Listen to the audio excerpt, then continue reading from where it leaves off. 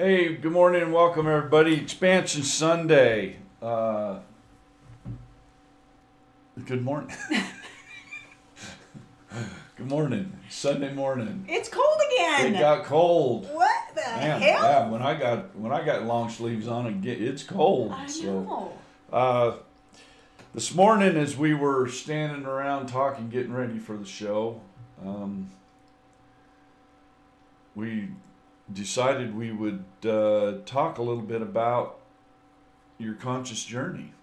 Which is often what we talk about. Which is what we talk about, but this is, we're going to talk about how, as you embark on your conscious journey,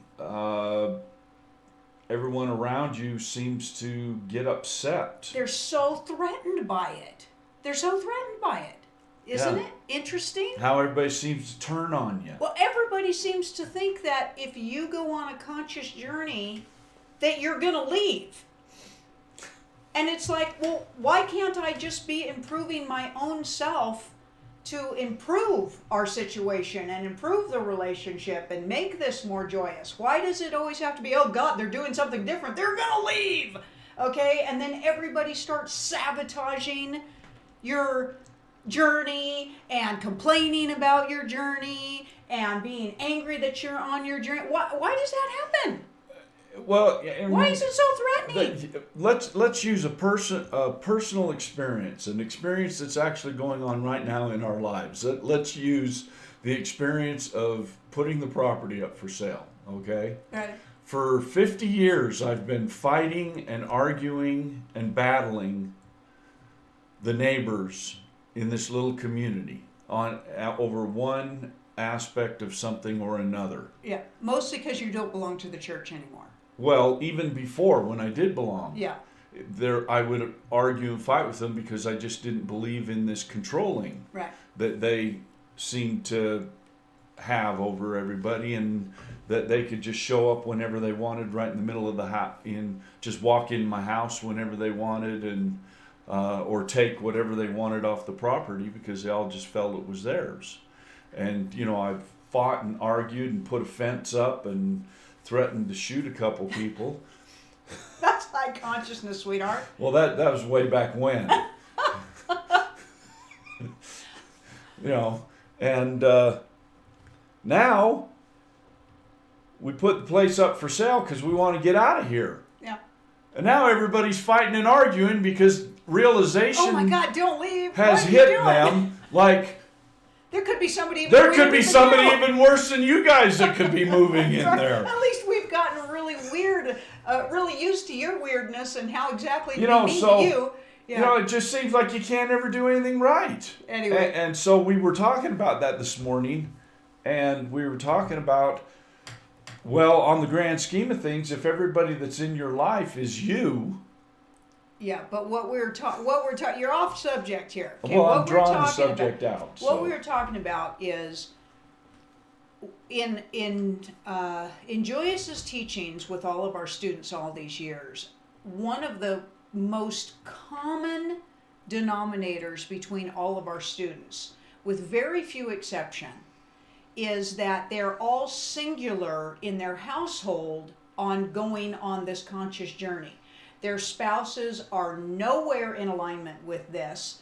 Their spouses are in one direction, they're going in another direction, and they're always kind of they're now singled out in their family as being a problem, okay? And the family constantly is sabotaging their conscious journey. They're angry about their conscious journey. A lot of our students actually have to hide the fact that they're listening to Julius's teachings and trying to improve things in your life.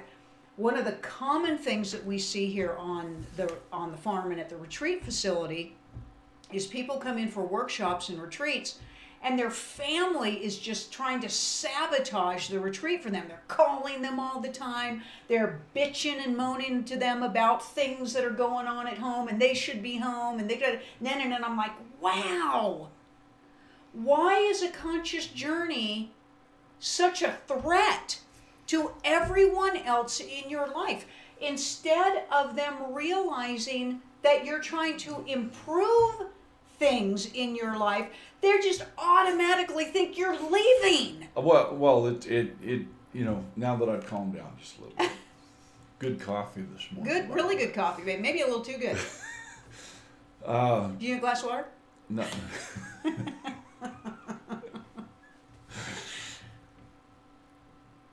This even extends, though, to practitioners. Yeah. Okay? Because as we go to events, as we go to expos, it is very obvious that when you are talking to other practitioners that are in, quote, the business, that they are on their journey by themselves. Pretty much by themselves. And it seems to be quite common for practitioners to say to us, man, how do you guys, at least you guys are doing it together. Right. And it's really becoming more obvious than not normal, than the unnormal. It's bizarre, isn't it? That somebody would that family and spouses would take you trying to improve your life, find joy, gain your empowerment, gain the momentum, and automatically just be threatened by that. Yeah. Isn't that the quintessential altered ego jumping in from all reflective components in your life to sabotage your empowerment? Yeah, so back up just a second. So the question is, what is it? Because you just gave the answer. But what is it then that is doing this to you? Yeah.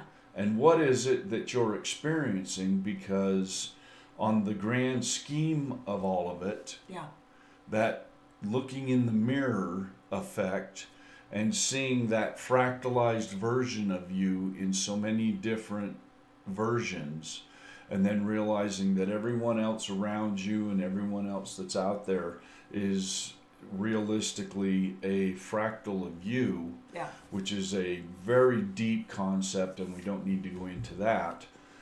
But what is it that makes all of that turn on you? Yeah, it's the altered ego. And it's the altered ego. And we support that. So this is going to get a little bit crazy on the subject matter, okay? We support that you do not have a singular soul encased inside of your embodiment. Or clarify that just a little Okay. bit. Let's clarify it like this. We always talk about the soul, and a lot of people don't talk about the soul because they don't understand the soul. Mm-hmm. But then people that do talk about the soul think that the soul is no different than the embodiment that you're in. That this is just a single embodiment, Right. and each embodiment has a single soul that occupies all of it. Right. And it's not that way. It's not that way. That everybody's just falling off their chair. They're like, wait a minute, okay? So we support that the best way to understand the connectivity of all souls is that you're fractals of a oneness component. And if you don't understand what a fractal is, you need to get on the internet and you need to see what a fractal is, because that's a whole nother subject. We can take that whole subject on, but it's a fractal. So Google fractals and you'll see how this works.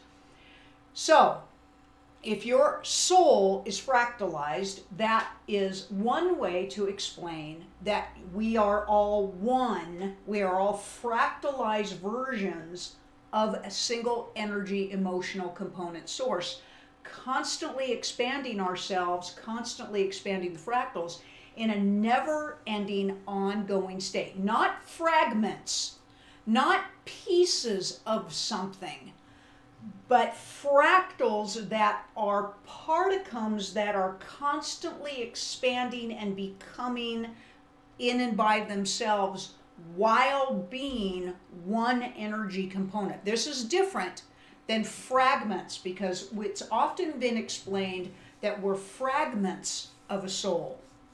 And that's a limited perspective.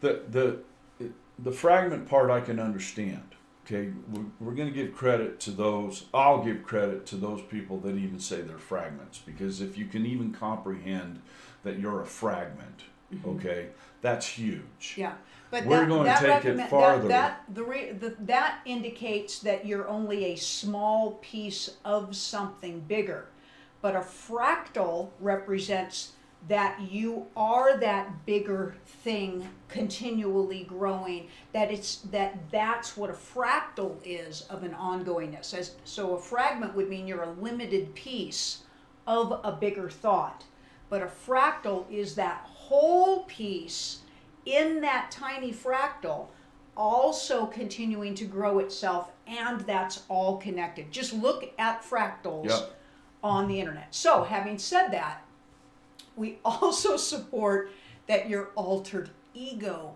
is a fractal. So, yeah, here's where we're really going to start blowing your mind. Your altered ego is a fractal, and that means everybody else's altered ego is yours as well.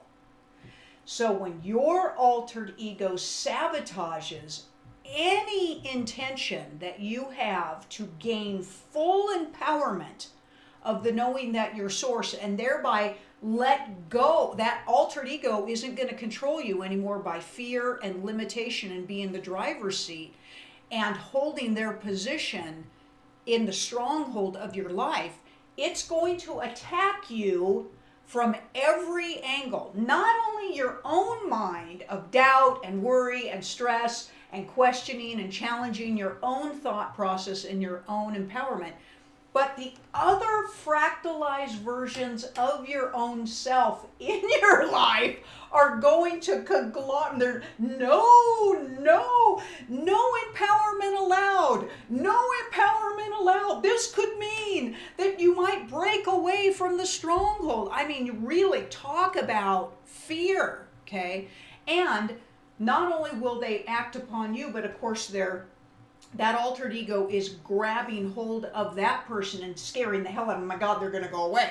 They're going to go away. They're going to go away. They're going to outgrow you. This is a threat. This is a threat. Not only is your own empowerment a threat to your altered ego, but that person over there, let's gobble them up, because they might influence or inspire this version of you to grow into your empowerment. Okay? This is extraordinary to understand because, number one, it helps us to figure out why in the hell does me doing this cause my whole family, friends, community, organizations to just pounce on me energetically, verbally, action-wise. And boy, I better reel it back in and get back into fear and limitation like everybody else, or they're gonna make sure I fail. They're gonna make this hard on me, or they're gonna isolate me and punish me. There's punishment, okay, involved. Well, first and off, it's like no wonder everybody retreats. It's but they can't. You know, the fact of the matter is they can't make you fail. Right, they can try. They just want to make your life you miserable enough that you're going to fail, and make everything going on in your life so miserable that you basically don't want to move anymore, and you begin to feel trapped. Right. It's all about starting to recognize how you feel inside, until you get to the point where you just say, "Why does my happiness threaten everybody so much?" Doesn't that speak volumes about all of you, that my happiness and expansion is so threatening to you? Or why is my happiness such a threat? Yeah. Why is it such a threat? And they'll say, well, because the way you're doing happiness doesn't include us. And you're like, wow, talk about selfish, aggressive behavior. So every form of me being happy has to be about you. Well, it has to be about all of you, or it's bad and wrong. Turn it over and look at it from a different point of view. So you're telling me then I need to be miserable just like you are for the rest of my life. Yep. And that makes you happy for me to be miserable because you're the most miserable person I've ever seen. Right. Yeah, that's the agreement. Yep, that's what we're supposed to be. You know, I honestly, I was in a marriage, of course, as you know, before. And when I dared step out of the marriage because I was miserable in it, the person I was married to was miserable, okay? And I conjured the strength to step out of it and find joy and happiness. And I'm still not accepted, you know, basically by one of my children because I was audacious enough to step out of a miserable marriage and disrupt everybody else's flow. You changed the recipe. Right. And I'm terrible. And I'm finally, of course I bought into that for a while, trying, you know, felt guilty, trying to convince this person that, and now I'm like, you know what, piss on you if that's your attitude. Okay? Oddly enough, and now they're miserable. Oddly enough, they're kind of a little bit softer on the subject. Oh, well, yeah, but you know, mom went and did her own thing. But this is a common thread, very common thread on a spiritual journey. Not so much a religious journey, but we don't need to get into that, but a spiritual journey that is truly about self-empowerment, joy, state of awareness, curiosity, magnificent, magical components, and the altered ego of nearly everyone in your life. The first impression is that person might go away from you. So attack them, sabotage them, reel them back in, get them straightened out, okay? And by the way, get everyone else to do that to them too, because we need to gang up on this person now, okay? Because this is really a threat, okay?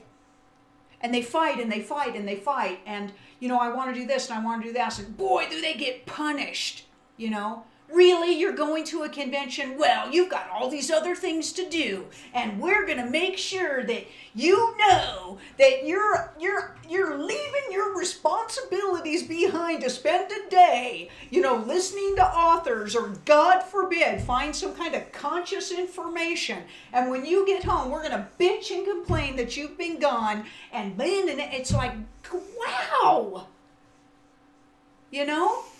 Of course, it can be that way for any hobby. You know, I want to take up swimming. I want to take up art class. And oh my God, the family and everybody starts sabotaging those appointments. And, you know, whether or not, and boy, God, you're this horrible person, you know, for doing this, right? We can go as far as saying that we have experienced only one of our students who's beautiful and extraordinary, of course, whose husband genuinely is not threatened by her spiritual journey and expansiveness, though he doesn't follow the teachings of Julius.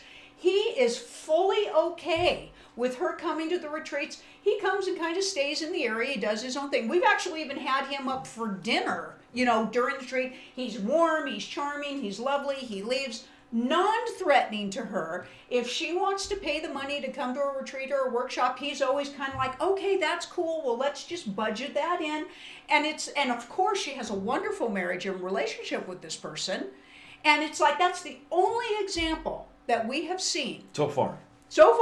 Okay? So far. Everyone else is either already all by themselves because they're already too weird and cast out by their families kind of long ago and they're finding their way back, or they're in the middle of this total chaos of anger, rejection, and what's amazing is in the manifestation law of attraction, of course you know what's happening.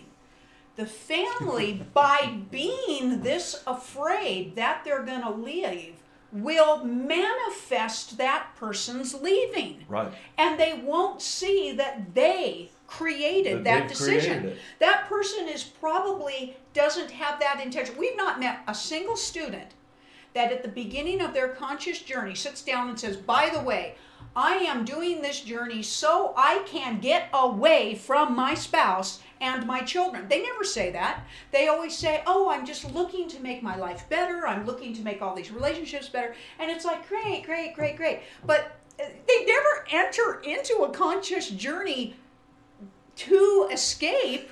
They enter into a conscious journey to make everything in their life better. So let's analyze that comment for just a second. Yeah.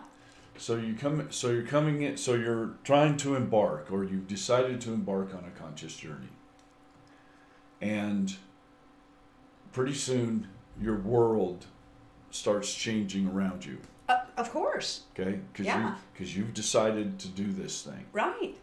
And so most people will turn around and retreat because they don't really want the crap in their life. They don't want that. They don't want the hassle. Well, because they always hear, once you go on a conscious journey, get ready, the shit's going to hit the fan.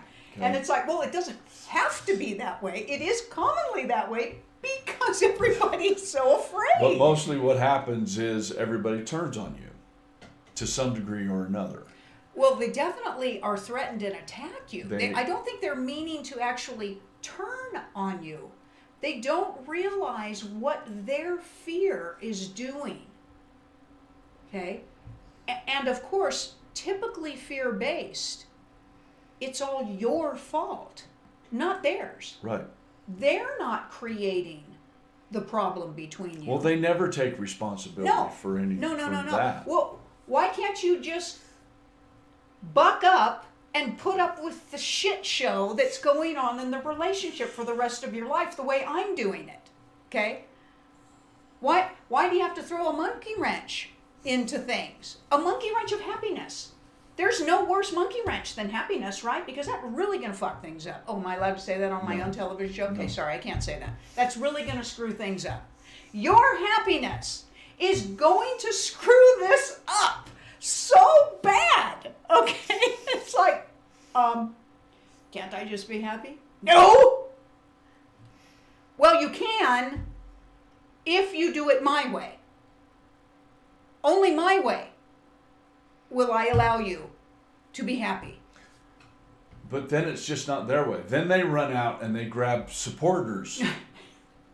that are miserable, that are equally miserable, right? Bring all the support in. Misery crew, right? The support misery crew. Right? Call the misery department. But what we have told our students, so everybody's kind of maybe laughing out there, or they're extremely relating. Unfortunately, they're really relating to this topic. Well, today. at some point or another, you're going to relate to it. That's why we're trying to deal with it in a tongue-in-cheek type way. Yeah. Because either you've experienced it, you have experienced it, or you're going to experience it. Well, in the dialogue, as you start, a lot of people kind of go, this is kind of a typical scenario on a conscious journey. Somebody is starting to get restless. They know there's something else. They want something else. So automatically, energetically, feelers start to go out, okay? And so inadvertently, coincidentally, things start to show up. A friend happens to bring a book by your house, or you happen to have a conversation with a friend and they're doing this other thing and you're like, bing, bing, bing, bing, bing, you're really starting to pay attention. Or, you're starting to run across things on Facebook or a programming like this, okay? All of a sudden you start to get these little suggestions of opportunities as to how everybody's got their story of, boy, when I was really starting on a conscious journey, boy, this person gave me a book, or I saw this show, or I happen, okay, and things start to show up.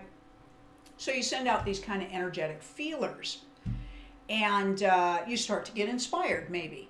And typically, as a human being, I would get enthusiastic about something that I thought was super cool and show you, honey, except for my purchasing things that I'm trying to hide from you. Yeah, okay, except for that. I was going to make that except for that. I would say, honey, this is so fabulous, okay? Wouldn't you like to see this? And the person's like, you could feel their butthole puff. The fire, the alarms are going off, okay? And the other person's like, wait a minute, wow, I wasn't expecting you to be so angry. So then like heroin. Conscious journey can be like heroin. They start to hide it, right? Okay, I got to hide the book. I got to hide the program. I got to erase the history on the computer. Not because it's porn, but for God's sakes, it's consciousness, okay? And I got to hide. Now the other person's getting suspicious. It's like you're having an affair. Okay? No. And I mean, it's terrible. How many of our students are like, my husband or my wife doesn't know I'm doing this, and they can't know. And we're like, wow. Okay? But that's true. It's true. And of course they're children. Mom's weird, dad's weird. Oh God. I hope it's just a phase that they're going through. Send in the army. Send in the army to reel them back. What's the great comment to come out of a child's mouth? Do you know what this is doing to my life? That's right. Do you know what this is doing to the family? Your happiness is destroying us. Okay? Right? Yeah. But this is a great subject. It's the truth for most beings. And then the things unravel. If things unravel, separateness occurs. You continue on your conscious journey. Oftentimes, of course, you'll find the next energetic person, hopefully, in your life that matches that. And then you can kind of pick up the pieces or really just build a whole new foundation and find extraordinary joy. And you do have a tidbit of sadness, kind of that, I would have done it with that other person, but I couldn't sacrifice. I don't believe I'm here to sacrifice, which is unfortunately part of the conscious teaching, which threatens everybody else, is that you aren't here to sacrifice. You're here to find joy and expand joy and experience joy with others, right? Yeah, I think. And nobody ever takes the position. Nobody on the other end that was fighting you takes the accountable position ever in a dialogue for the rest of their lives. Do you ever hear come out of their mouth, I actually pushed that person away by being so afraid of what was making them joyous, and now, consequently, the end of the relationship took place. They'll never take that accountability. No, and the reason they can't take that accountability is because it's an altered ego. And it's just fear. It just won't let them see it. It's the altered ego. Victim, right? Yeah. Because when it gets right down to it, you take the word alter away from ego, and your ego realizes that it's here on this planet, in this experience, to get joy. Well, right. Ego meaning the personality of your soul. Your personality of your soul rather than the altered here. ego, which is the distorted, fear-based version of your personality. There's I would also like to support in this dialogue that many years ago, acquaintances that I knew were getting married. He belonged to what I would consider pretty intense religion, which is Orthodox Jew. And the woman he was marrying was Roman Catholic, okay? And they were both massively in these religions. I mean, their families were really big in it and da-da-da-da. And they fell in love. This is like Romeo and Juliet, right? So they fall in love, God forbid, or God support that they fall in love, and it worked. And the families, of course, I'm sure, were like, they're all hoping it's not going to work or whatever. But this couple did an extraordinary thing. They agreed, verbally agreed, emotionally agreed, that the only thing that they promised to not do in the relationship is ever tell each other that they were wrong. What a concept. Wait a minute. How could that work? And to this day, they're still married. 3 grown children, grandchildren. They each still support their own religions. They allowed the children to choose. They raised the children in both. And despite, I'm sure, other issues that may be in there, that was amazing. They agreed that it was okay for the other person to have their joy in something a little bit different than theirs, realizing that joy energy contributes to the relationship, and it didn't drive them apart. It didn't drive them apart. Well, I always told them, you need to write a book on how you did that, okay? For somebody to say, honey, you've found something? Wait a minute, you've actually found something that might make you happy? Well, isn't that fantastic? Because I know that that's going to spill over into our relationship, and that can only be magnificent. I want you to, instead of going, oh God, they're going to find somebody else who really likes that and they're going to leave. It's like, wow, what do you think you're doing? You don't think that's you creating that when you're putting that energy out all day long from morning to night, worrying that the other person, what do you think that is creating? Right? And even just a tiny bit of inclusion, like we said, this other student's husband's like, no problem, sweetie, you want to go to a retreat? That place sounds fantastic. I can find plenty of things to do. I'll see you at night. You can tell me all about what a great experience you have. We'll have breakfast in the morning. I'll drop you off. I'll go play golf, and I'll let you know how much golf. I mean, do you know how cool that is? Right? Right? Yeah.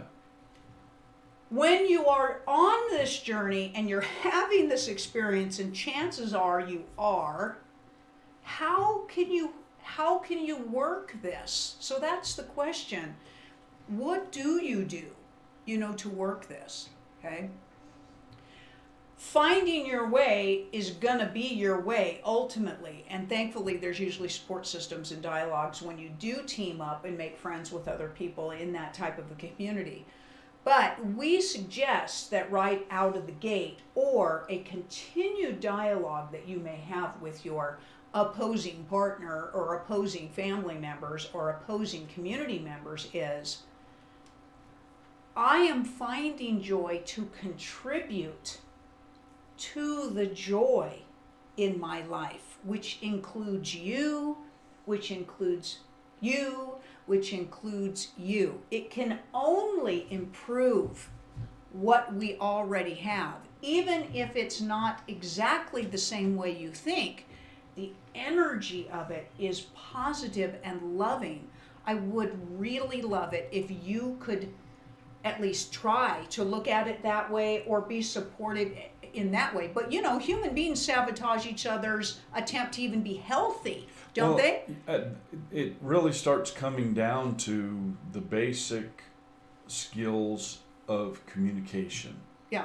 Or figuring out that you have none, right? What happens? Here's a blatant truth.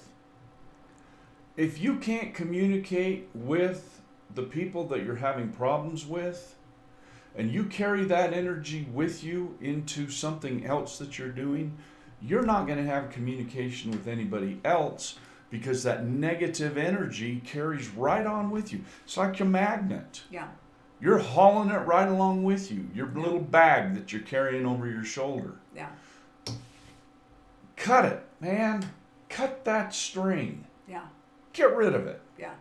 Let it go. Yeah. Let that communication, you either got communication or you don't. Yeah. And I know that sounds pretty harsh, but you can't find joy in being miserable. Yeah. And subsequently with the people in our life, of course, some of them accept it, some of them kind of don't. They've learned that it just kind of is the way that it is. But again, a beautiful, even kind of semi-opposition support system that goes on is our one son-in-law who will say, well, I'm not completely sure that I agree with everything that you think or teach, but I'm okay with you believing that and teaching that, okay? Even when he at times has practiced a religion that is pretty much contrary to what we do, there hasn't been a conflict in any way, okay? And I know in particular times where he'll say, something's going on and we're like, hey, sending you love and light on that experience, right? And he's gotten so used to that. He'll sometimes say to our daughter, hey, call your mom and tell her I need some love and light, on this situation. I'm like, he's got it, man. He's got it, So, that's the cool inclusion that can take place. rather than just blatant opposition. But we also know that for those of you who are experiencing your blatant opposition in your life on your conscious journey, we want to tell you that you are not alone. You are not alone. There's massive energetic support systems out there as you broaden your community, broaden your outreach.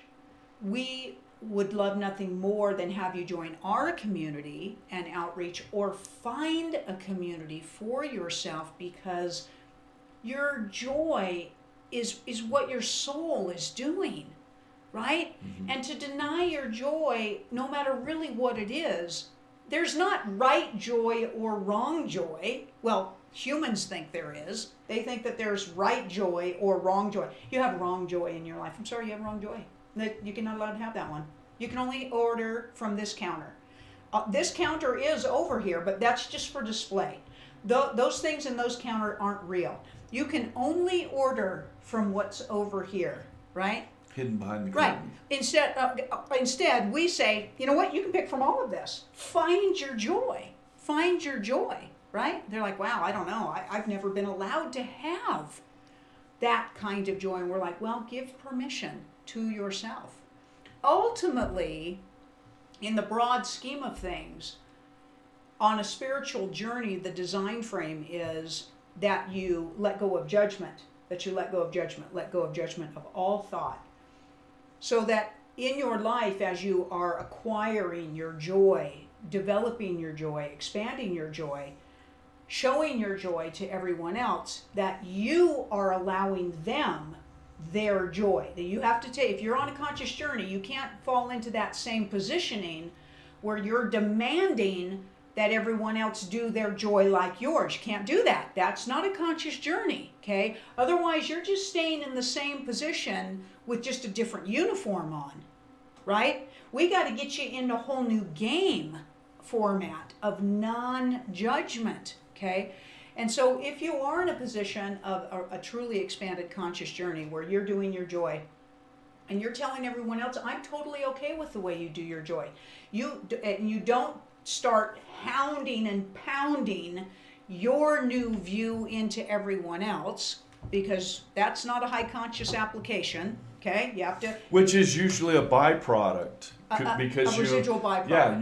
Yeah, you go on your journey, you're feeling this little bit of joy in your life. You've had all of this crap thrown at you for all this period of time. And there's just that little opportunity that you want to take to just throw it back at everybody. Come on, you're human. You know how that goes. Despite all effort, you're still human. You know exactly how that goes. Yeah. But what we're saying is that's not a true conscious That's not journey. high consciousness. Yeah. But ultimately, we hope that in the long scheme of things, whatever that may be, that somewhere they get the message from you that they're allowed to have their joy, mm-hmm. and that everyone should be allowed to have their joy, and that joy is something that we create. It's not given to you. It's not something you wait for, and you certainly don't wait for someone else to give it to you. You create it for your own self. Well, you own it. And any type of truly high conscious energy is going to support your joy, even if it does mean you're going to go away from them and find your joy. You say, okay, find your joy. I hope you find your joy. I hope I've been a little part of your joyous journey, and I'm honored to have been that. We wish you well on your expanded, ever-ending, ongoing expansion of your joy, and we love you. Most people would never even say that to somebody. Oh my God, I'll see you in court for the car and the house. You are going to sacrifice for that conscious journey, right? Right? You're like, all evidence as to why I'm going this direction, right? Right. You had a harder time than I did because the whole religion thing attacking you, but good holy hell. That's all right. Yeah. We love all of you. We hope you all have a great Sunday. Had a great time today listening to us joke about this. Yeah, so we want to end with these parting words. If you're on a conscious journey, do not shove your consciousness down everybody else's throat and expect that they're going to just gladly accept your conscious journey and come along. You're causing opposition. If you are having just extreme opposition in your life, we encourage you to try to use the dialogue of, hey, this is just something that makes me joyous, and everyone is going to benefit from my joy, not be threatened by my joy. I'm not looking to leave.